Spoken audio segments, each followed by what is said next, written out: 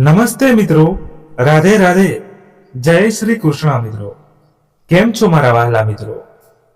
ચાલો મિત્રો, આજની નવી વાર્તા સાંભળીએ. સંગીતા, સાંભળ, આજે નિધિ દીકરીને સાંજે વહેલા ઘરે આવવાનું કહી દેજે, અને હા, તેને સારી રીતે તૈયાર પણ કરી દેજે. રમેશભાઈએ ઓફિસે જતા દરવાજા પરથી પત્ની સંગીતાબેનને અવાજ આપતા કહ્યું.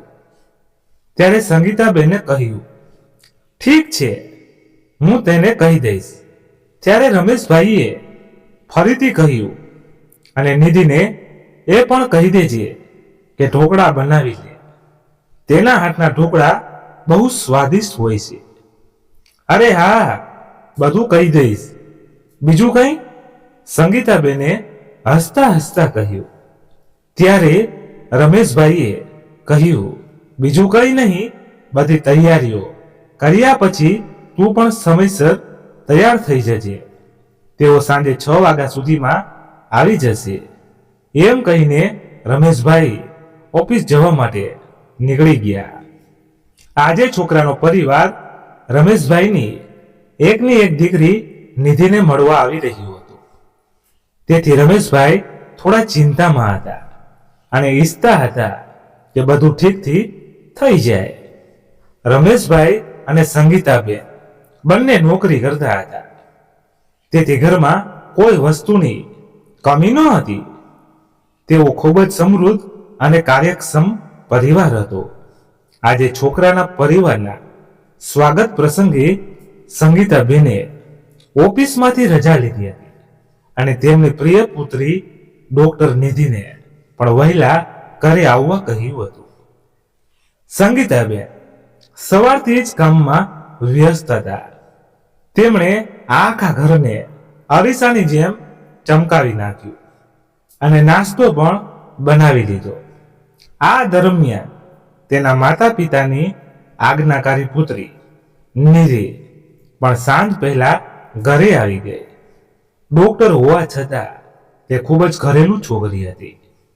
તેથી ઘરે આવતાની સાથે તે તેની માતાને કામકાજમાં મદદ કરવા લાગી. તેની માતા સાથે મળીને તેને ઢોકળા બનાવ્યા અને પછી રસોડાના કામ પૂરા કર્યા. પછી માતા અને પુત્રી બંને તૈયાર થવા માટે તેમના રૂમમાં આવી ગયા. તૈયાર થઈને નિધિ રૂમમાંથી બહાર આવી કે રમેશભાઈ અને સંગીતાબેન તેને આટલી સાદગીથી તૈયારી થઈ જોઈને ખૂબ જ ખુશ થઈ ગયા. રમેશભાઈ આગળ આવીને તેને ગળે લગાવી. જ્યારે સંગીતાબેને તેના માથા પર ચુંબન કરી લીધું. મારી દીકરીને કોઈની નજર ન લાગી જાય, તેઓ બોલી રહ્યા હતા. ત્યારે ડોરબેલ વાગી. રમેશભાઈએ આગળ વધીને દરવાજો ખોલ્યો તો છોકરાવાળા હતા. સાહેબ, અંદર આવો કહીને રમેશભાઈ તેમને અંદર લઈ આવ્યા. બંને પક્ષે પોતાનો પરિચય આપ્યો અને ત્યાં સુધીમાં નિધિ ચા લઈને આવી ગઈ. ત્યારે છોકરાના પિતા નટવરભાઈએ કહ્યું, અરે દીકરી, આ ચાની કોઈ જરૂર નથી, તું થોડી વારે અમારી સાથે બેસ. ત્યારે નિધિ જઈને તેની માતા પાસે આંખો નીચી રાખીને બેસી ગઈ. ત્યારે નટવરભાઈએ કહ્યું, દીકરી, તું શું કરે છે? હું શહેરની હોસ્પિટલની ડોક્ટર છું. આ દરમિયાન છોકરાની માતા કુસુમબેન પહેલી નજરે આખા હોલનું નિરીક્ષણ કરતી વખતે સામે દિવાલ પર લટકતું મોટું પેન્ટિંગ જોઈને પૂછ્યું કે શું આ પેન્ટિંગ નિધિએ બનાવ્યું છે? હા, આ પેન્ટિંગ નિધિએ બનાવ્યું છે. તેને ચિત્રકામનો ખૂબ જ શોખ છે. ત્યારે છોકરા મયુરે પૂછ્યું, પેન્ટિંગ સિવાય તમારા બીજા કયા શોખ છે? નિધિ જવાબ આપે તે પહેલા જ છોકરાની માતા કુસુમબેન બોલી ઉઠ્યા, ડોક્ટરને ચીરફાડ સિવાય બીજો શું શોખ હોઈ શકે? કુસુમબેનની વાત સાંભળીને નિધિને દુઃખ થયું. તેના માતા પિતાને પણ ખૂબ જ દુઃખ થયું, પરંતુ પરિસ્થિતિની નાજુકતાને ધ્યાનમાં રાખીને તેમણે ચૂપ રહેવાનું શ્રેષ્ઠ માન્યું અને નિધિએ ખૂબ જ મુશ્કેલીથી પોતાની જાતને કાબૂમાં રાખીને કહ્યું, હા હા, તમે બિલકુલ સાચા છો. મારો વ્યવસાય મારો જુસ્સો છે. હું મારા કામ પ્રત્યે સંપૂર્ણપણે સમર્પિત છું. મારા માટે મારું કામ મારી પ્રાથમિકતા છે. મારા જીવનમાં બાકીનું બધું તેના પછી જ આવે છે. આટલું કહીને તે શાંત થઈ ગઈ. ત્યારે વાતાવરણ હળવું કરવા માટે રમેશભાઈએ કહ્યું, સંગીતા, તું નિધિ સાથે નાસ્તાની તૈયારી કર. હા, હમણાં લઈ આવું છું. એમ કહીને સંગીતાબેન નિધિ સાથે રસોડામાં ગયા. ત્યારે રમેશભાઈએ મયુરને પૂછ્યું, દીકરા, હવે પછી તારે શું કરવાનું છે?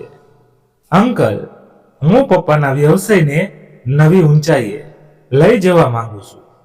સારું દીકરા, આ તો ખૂબ જ સારી વાત છે.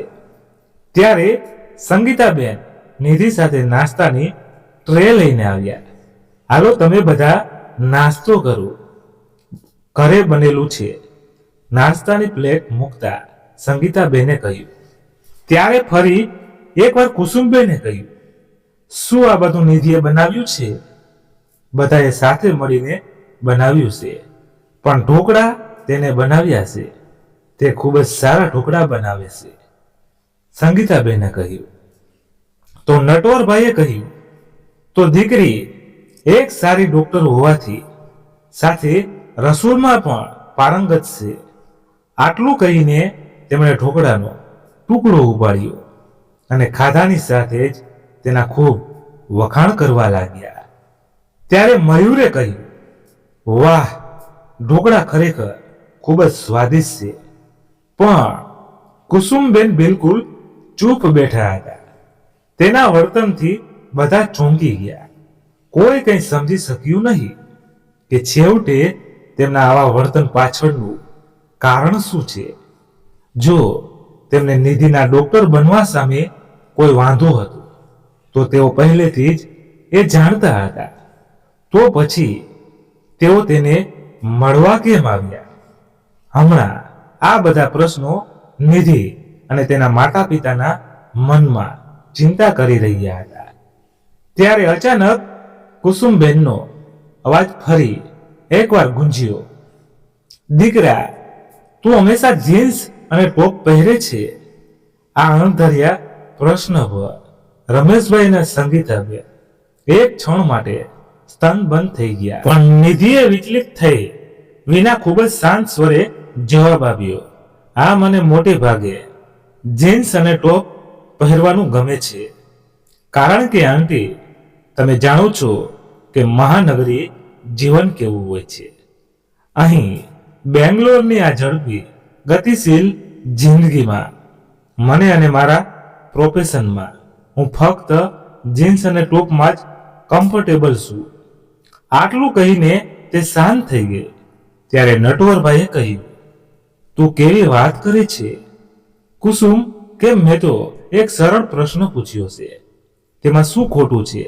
ત્યારે મયુરે કહ્યું, મમ્મી, તમે પણ શું ફરક પડે છે? તેનાથી ફરક પડે છે દીકરા, તેનાથી ઘણો ફરક પડે છે. લોકો મને પ્રશ્ન કરશે, મારા માટે લોકોને સમજાવવું મુશ્કેલ બની જશે.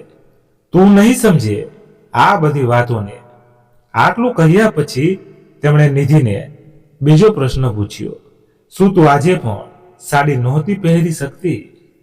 કુસુમબેનના આ પ્રશ્નોનો નિધિએ નમ્રતાથી જવાબ આપ્યો, હા આંટી, તમે કદાચ તમારી જગ્યાએ સાચા છો, પણ હું તમારા બધાની સામે દેખાડો કરવા માંગતી ન હતી.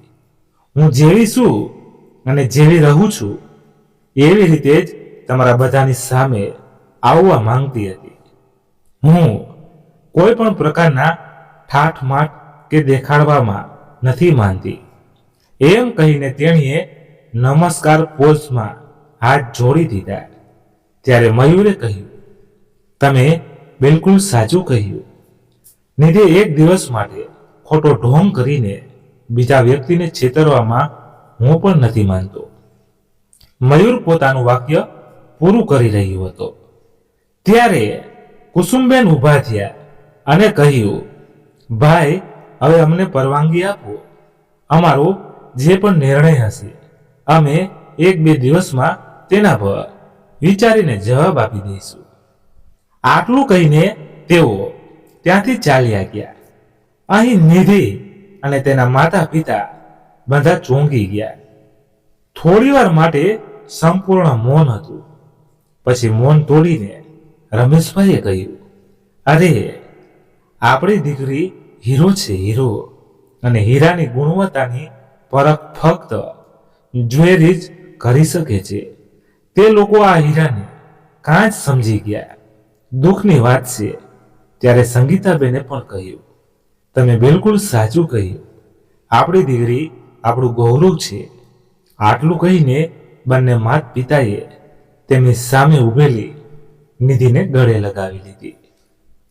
થોડા દિવસોમાં બધું સામાન્ય થઈ ગયું અને આખો પરિવાર આ વાત ભૂલી ગયો હતો. પણ થોડો સમય પસાર થયો હશે જ્યારે નિધિ માટે બીજો પ્રસ્તાવ આવ્યો. છેલ્લી ઘટનાથી દુઃખી નિધિ કદાચ આ વખતે પોતાની ભૂલનું પુનરાવર્તન કરવા માંગતી નહોતી. તેથી તૈયાર થતા પહેલા તેણે સંગીતાબેનને કહ્યું, મમ્મી, હું ડ્રેસ કે સાડી? નિધિ ફક્ત આટલું જ બોલી. ત્યારે સંગીતાબેને અટકાવીને કહ્યું, ના, કોઈ જરૂર નથી દીકરા. જો કોઈને અમારી દીકરી જેવી છે તેવી જ ગમતી હોય તો જ અમે કોઈના હાથમાં તારો હાથ આપીશું, નહીં તો કોઈ સમાધાન થશે નહીં. બીજા કોઈની સંકુચિત માનસિકતા માટે તારે પોતાને બદલવાની કોઈ જરૂર નથી. અને પછી આવી સંકુચિત માનસિકતા ધરાવતા લોકો તને શું ખુશી આપી શકે? અમે અમારી દીકરીને આવા ઘરમાં નથી આપવા માંગતા. તેથી નિધિએ આજે પણ જીન્સ અને ટોપ પહેરી લીધું. બધા તૈયાર થઈ ગયા અને છોકરાના પરિવારની રાહ જોવા લાગ્યા. થોડી વાર પછી તેઓ પણ આવી પહોંચ્યા. બધાએ એકબીજાની શુભેચ્છા પાઠવી. પરિચય અને થોડી ઔપચારિકતા વાતચીત પછી છોકરાની માતા રેખાબાઈને કહ્યું, સંગીતાબેન, અમને તમારી દીકરી ખૂબ ગમે છે. અમારી તરફથી સંબંધ પાકો સમજો. જો તમને અમારો દીકરો ગમતો હોય. ત્યારે રમેશભાઈએ કહ્યું, જો અમારી દીકરી તમારા ઘરનું ગૌરવ બને તો તે અમારા માટે ખૂબ જ ભાગની વાત હશે.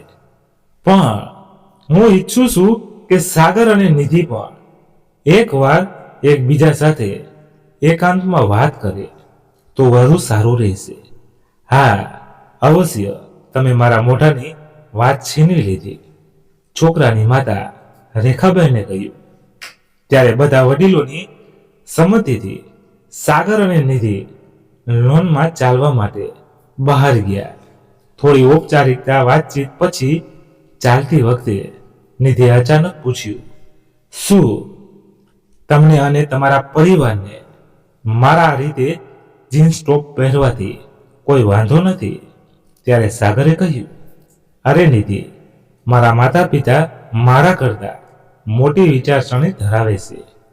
આ બધી બાબતો તેમના માટે કોઈ મહત્વની નથી. તમારો પોશાક તમારા ચારિત્રનું પ્રમાણપત્ર ના હોઈ શકે. તમારા કપડાં કરતાં પણ વધુ અમારા બધા માટે તમારા વિચારો મહત્વના છે. આજે મારી પણ એક નાની બહેન છે. તે પણ વેસ્ટર્ન ડ્રેસ પહેરે છે. તો પછી અમે તમારા પર આટલા પ્રતિબંધો કેમ મૂકીએ?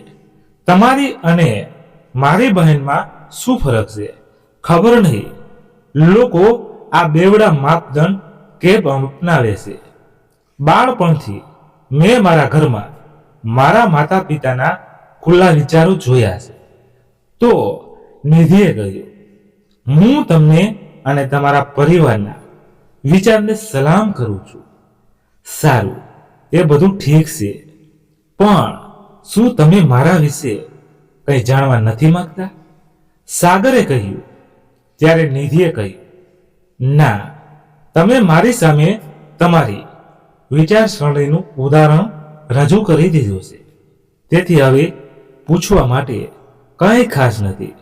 તો સંબંધ પાકો. સાગર એમ કહીને હસવા લાગ્યો અને બંને ઘરની અંદર આવી ગયા. બંનેને હસતા જોઈને કોઈને કંઈ પૂછવાની જરૂર ન લાગે. છોકરાના પિતા અશ્વિનભાઈએ કહ્યું, અભિનંદન ભાઈ, મોઢું મીઠું નહીં કરાવો. તો સંગીતાબેન ઝડપથી રસોડામાં ગયા અને મીઠાઈ લઈને આવ્યા. હાસ્ય અને ખુશીના વાતાવરણમાં સંબંધ નક્કી થઈ ગયો અને 2 મહિના પછી લગ્નની તારીખ પણ નક્કી થઈ ગઈ. બંને તરફથી લગ્નની તૈયારીઓ જોરથી ચાલી રહી હતી. સમય પસાર થતો ગયો અને આખરે એ દિવસ આવી ગયો જેની બધા રાહ જોઈ રહ્યા હતા. રમેશભાઈ અને સંગીતાબેને તેમની પુત્રી નિધિના લગ્ન ખૂબ જ ધામધૂમથી કરાવ્યા અને તેને વિદાય આપી. વિદાય પછી નિધિ તેના સાસરિયાના ઘરે આવી. ઘરના બધા લોકો ખૂબ ખુશ હતા. નિધિએ ઘર અને હોસ્પિટલ બંનેની જવાબદારીઓ ખૂબ સારી રીતે નિભાવી રહી હતી. આ બાજુ મયુરના માતા પિતા તેના દીકરા માટે ઘરેલું છોકરી શોધી રહ્યા હતા. ઘણી મહેનત પછી આખરે તેમણે તેમની પસંદગીની એક ખૂબ જ સુંદર, શરમાળ, આદર્શ અને સંસ્કારી છોકરી મળી, જેનું નામ ધરતી હતું. ધરતીએ ગ્રેજ્યુએશન પૂર્ણ કર્યું હતું અને તે ખૂબ જ ઘરેલું પ્રકારની છોકરી હતી. જ્યારે નટવરભાઈ અને કુસુમબેન તેને જોવા ગયા ત્યારે તેણે પલ્લુ પોતાના માથા પર રાખીને ખૂબ જ આદરથી તેમના પગે લાગી. કુસુમબેન તો તેની આદા પર પ્રભાવિત થઈ ગયા અને કહ્યું કે જો વહુ હોય તો આવી મારા તરફથી આજે સંબંધ પાકો સમજો. તેમણે બીજું કંઈ જાણવાની કે સમજવાની જરૂર ન લાગે, કારણ કે સાડી પહેરવી અને માથા પર પલ્લું રાખીને બધા વડીલોના પગે લાગવું એ એક આદર્શ ભારતીય સ્ત્રીના સંસ્કારોની ઓળખ છે. હવે બધાના ચહેરા પર સ્મિત હતું. ખાસ કરીને કુસુમબેન ખૂબ જ ખુશ હતા, કારણ કે સાડી પહેરનારી પુત્રવધુની તેમની શોધ પૂરી થઈ ગઈ હતી. અને પછી શું હતું? મયુર અને ધરતીની સગાઈ તરત જ થઈ ગઈ. થોડા દિવસોમાં ધરતી અને મયુર એક સુંદર બંધનમાં બંધાઈ ગયા. હવે એવું લાગતું હતું કુસુમબેનના પગ જમીનને અડતા ન હતા. તે બધાને કહેતા રહેતા હતા કે જુઓ, મારી વહુ સંસ્કારોથી ભરેલી છે. પહેલી મુલાકાત માટે આવેલી બધી સ્ત્રીઓ પણ તેના વખાણ કરતા થાકતી ન હતી. લગ્નના 2 દિવસ પછી દીકરો અને પુત્ર વધુ હનીમૂન માટે નીકળી ગયા. લગભગ 17-21 દિવસ પછી જ્યારે તેઓ પાછા ફર્યા ત્યારે એક દિવસ કુસુમબેને કહ્યું, ધરતી દીકરા, આજે નાસ્તામાં આલુ પરાઠા બનાવો. મયુરને તે ખૂબ જ ગમે છે. ત્યારે ધરતીએ કહ્યું, મમ્મીજી, મને આલુ પરાઠા બનાવતા નથી આવડતું. આ સાંભળીને કુસુમબેન અવાક રીતે તેના ચહેરા તરફ જોતા રહી ગયા. તેમને સમજાતું ન હતું કે તેની વાત પર શું પ્રતિક્રિયા આપવી, એટલે તેમણે ચૂપ રહેવું વધુ સારું માન્યું. તેઓ વિચારવા લાગ્યા કે કદાચ તે બીજા કામોમાં નિપુણ હશે. એવું જરૂરી નથી કે બધા જ કામો બધાને આવડતા હોય, પણ ધીમે ધીમે ધરતીનું વર્તન બધાની સામે આવવા લાગ્યું. તે ઘરનું કોઈ કામ બરાબર જાણતી ન હતી અને કુસુમબેને તેને શીખવવાનો પ્રયાસ કર્યો તો પણ તે શીખવા માંગતી ન હતી. તેને ઘરના કામમાં કોઈ રસ ન હતો. તેને બસ તૈયાર થવું, ફરવું અને તેની બહેનપણીઓ સાથે કીટી પાર્ટીઓ કરવી, આ બધું જ સારું લાગતું હતું. આ જોઈને કુસુમબેનને પોતાની ભૂલનો અહેસાસ થવા લાગ્યો કે સાડીવાળી વહુના ચક્કરમાં તેમને બહુ મોટી ભૂલ કરી દીધી છે. પણ હવે તેઓ શું કરી શકે? તેમની પાસે પસ્તાવા કરવા સિવાય બીજો કોઈ વિકલ્પ ન હતો. એક દિવસ જ્યારે કુસુમબેનની બધી બહેનપણીઓ તેમના ઘરે આવી ત્યારે કુસુમબેન બધાની સામે ધરતીના વખાણ કરવા લાગ્યા કે મારી વહુ અપસરા જેવી લાગે છે. આજકાલ છોકરીઓ જીન્સ અને ટોપમાં ક્યાં ફરે છે, ત્યારે અમારી ધરતી હજુ પણ સાડી પહેરે છે અને માથા પર પલ્લું પણ લે છે. કહેતા તેમણે ધરતીને અવાજ આવ્યો, ધરતી દીકરા, મારી બહેનપણીઓ આવી છે, તેમના માટે 4-5 ગ્લાસ જ્યુસ લઈ આવજે. પણ જ્યારે બીજી બાજુથી કોઈ જવાબ ન મળ્યો ત્યારે કુસુમબેન ઉઠવા જતા હતા ત્યારે ધરતી સાડી પહેરેલી અને માથા પર પલ્લું લઈને હોલમાં આવી. આવતાની સાથે જ તેને કુસુમબેનની બધી બહેનપણીઓના પગે લાગી. આ જોઈને કુસુમબેન ખૂબ ખુશ થઈ ગયા. કુસુમબેનની બહેનપણીઓ પ્રસન્નતા ભરી નજરે તેમની તરફ જોવા લાગ્યા. તેમની એક બહેનપણી કહેવા લાગી, કુસુમ, તું ખૂબ જ નસીબદાર છે કે તને હીરા જેવી વહુ મળી છે. એક તારી વહુ છે અને બીજી મારી વહુ છે. તે ન તો બંગડીઓ પહેરે છે, ન પાયલ, ન કપાળ પર બિંદી અને ન તો સિંદૂર. બસ આખો દિવસ ફક્ત ટૂંકા કપડાં પહેરે છે અને અંગ્રેજીમાં બકબક કરતી રહે છે. આ સાંભળીને બધી બહેનપણીઓ હસવા લાગી.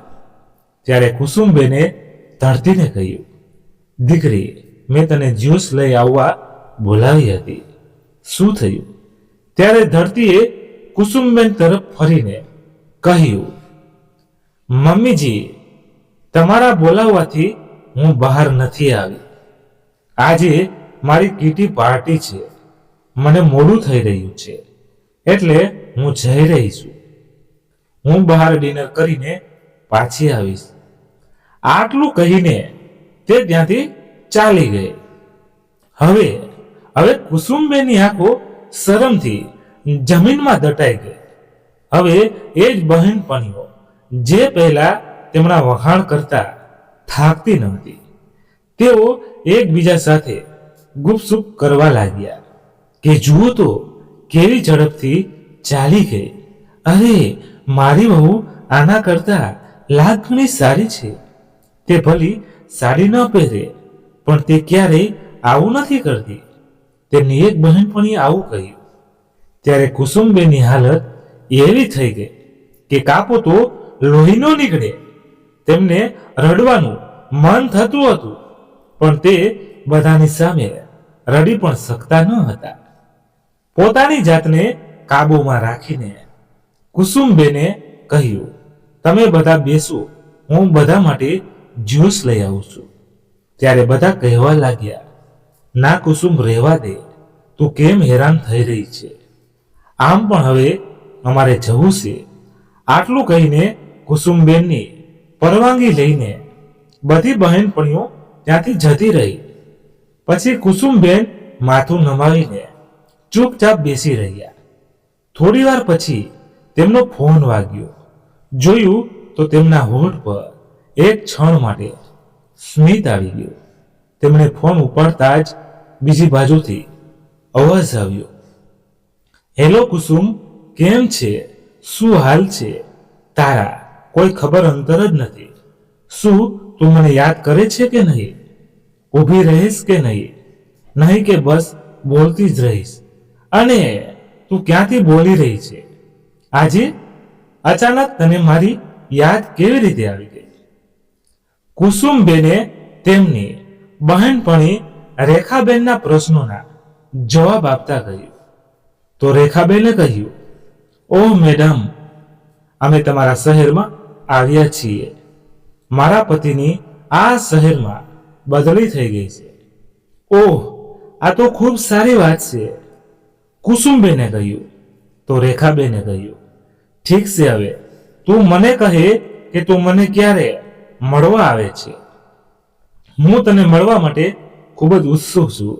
તું મારા દીકરાના લગ્નમાં પણ ના આવી. ત્યારે કુસુમબેને કહ્યું, હા, હું એટલી બધી વ્યસ્ત હતી કે હું આવી શકી નહીં. હું કાલે તને મળવા આવીશ. એમ કહીને કુસુમબેને ફોન રાખી દીધો. બીજા દિવસે સવારે કુસુમબેન તેમના બાળપણની બહેનપણીને મળવા માટે ખૂબ જ ઉત્સાહથી હતા. બધા કામ પૂરા કર્યા પછી તેઓ ઝડપથી તૈયાર થઈને તેમના ઘરે જવા નીકળી.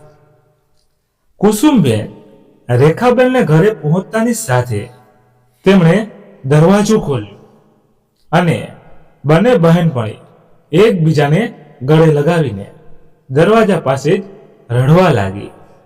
બંને ઓછામાં ઓછા 16 વર્ષના અંતરાળ પછી મળ્યા હતા. જ્યારે બાળપણમાં બંને એકબીજા વિના ખાવાનું પણ ખાતા ન હતા, પરંતુ હવે થોડા અંતર અને કેટલીક પારિવારિક જવાબદારીઓના કારણે તેઓ એકબીજાને મળી શકતા ન હતા. આજે મળતાની સાથે બંનેની આંખોમાંથી ખુશીના આંસુ વહી ગયા. થોડી વાર સુધી બંને એકબીજાને ગળે લગાવીને રડતા રહ્યા. પછી રેખાબેને થોડા શાંત થઈને કહ્યું, ચાલો અંદર જઈને બેસીએ. આટલું કહીને તેઓ કુસુમબેનને રૂમમાં લઈ ગયા. બંને મિત્રો હજુ વાતોમાં વ્યસ્ત હતા ત્યારે અચાનક હળવી ટકોરા સાથે રૂમનો દરવાજો ધીમે ધીમે ખુલ્યો. રેખાબેનની પુત્રી કોલેજથી આવી હતી અને આવતાની સાથે જ તેણે કહ્યું, ઓ મમ્મી, તમે ગઈકાલથી આંટીની આટલી અધીરાઈથી રાહ જોઈ રહ્યા છો. મને પણ આંટી સાથે પરિચય કરાવો. હા હા દીકરી, કેમ નહીં. આટલું કહીને રેખાબેન કુસુમબેન તરફ ફરી અને કહ્યું, આ મારી પ્રિય દીકરી છે. અમે તેને બધા પ્રેમથી ગુડ્ડુ કહીએ છીએ. અને ગુડ્ડુ, આ તમારી કુસુમ આંટી છે. ગુડ્ડુ, તારી ભાભીને કહો કે તે આંટી માટે કંઈક ઠંડુ લઈ આવે. હા મમ્મી કહીને ગુડ્ડુ ત્યાંથી ફરી હતી. ત્યાં જ રેખાબેનની વહુ નિધિ રૂમમાં આવી. આંટીજીને નમસ્તે કહીને તેને કુસુમબેનનું સ્વાગત કર્યું અને કહ્યું, આંટીજી, ખૂબ ગરમી છે, ઠંડુ જ્યુસ પીઓ. તો કુસુમબેને જ્યુસનો ગ્લાસ લેવા માટે ઉપર જોયું કે તરત જ તેઓ આશ્ચર્યચકિત થઈ ગયા. જ્યુસ આપતાની સાથે જ નિધિ બધા માટે નાસ્તો બનાવવા રસોડામાં ગઈ.